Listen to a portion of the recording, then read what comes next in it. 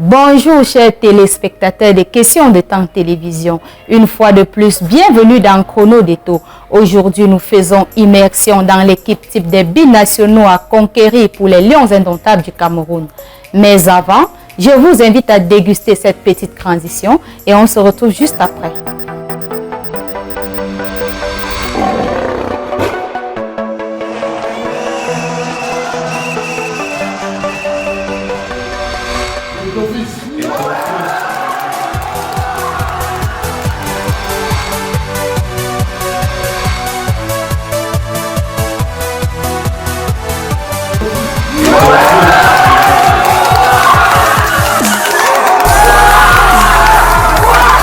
J'espère que vous avez profité de ce petit moment en vous abonnant massivement sur la chaîne.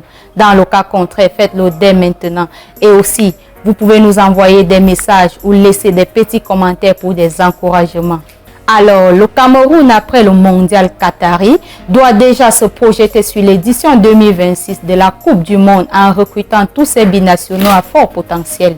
Depuis plusieurs années maintenant, le Cameroun a décidé de tenter de convaincre rapidement les joueurs binationaux d'opter pour les Lions indomptables, même lorsque ces derniers pensent à une autre sélection. Et même s'il y a des premiers refus, la FECAFOOT continue d'insister pour renforcer son effectif.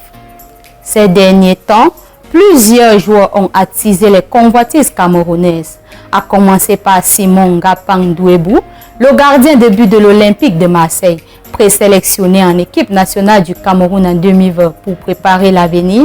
La France a vite fait de lui donner la nationalité française.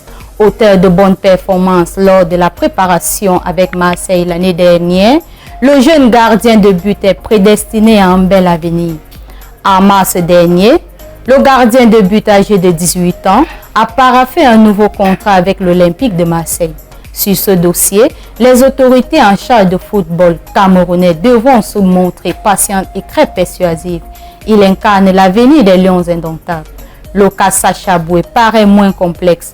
Rappelons que le latéral droit de Galatasaray, qui a joué avec les catégories jeunes en France, a obtenu peu avant le début de la CAN 2021 son changement de nationalité sportive. S'il ne s'était pas blessé lors d'un match d'Europa League face à Marseille, il aurait peut-être participé à la CAN. Présélectionné en équipe du Cameroun lors de la double confrontation des barrages face à l'Algérie, il ne fut pas, à la surprise générale, retenu dans la liste définitive.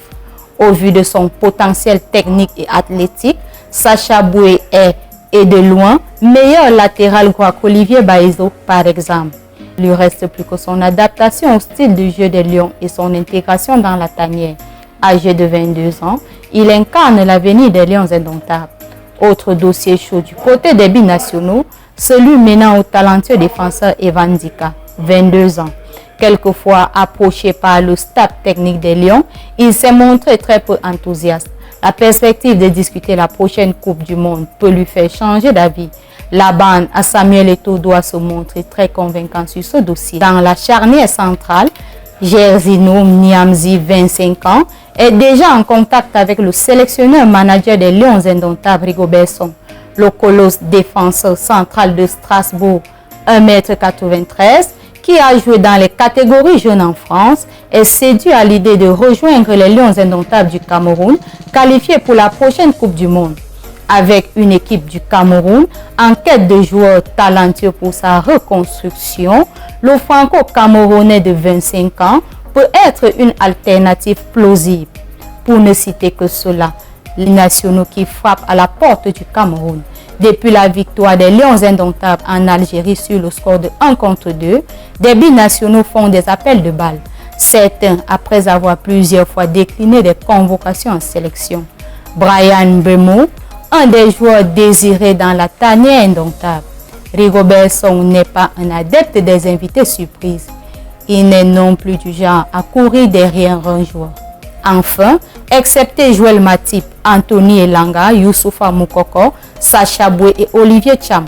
De tous ces 5 joueurs, un seul, Olivier Cham, a accepté de rejoindre l'équipe du Cameroun. Une probable qualification qui donne des envies à quelques binationaux. C'est sur ce que nous prenons congé de vous en mettant fin à cette édition. Merci d'avoir regardé. Restez scotchés sur nos antennes. À très bientôt pour une nouvelle information dans Chrono des Tout.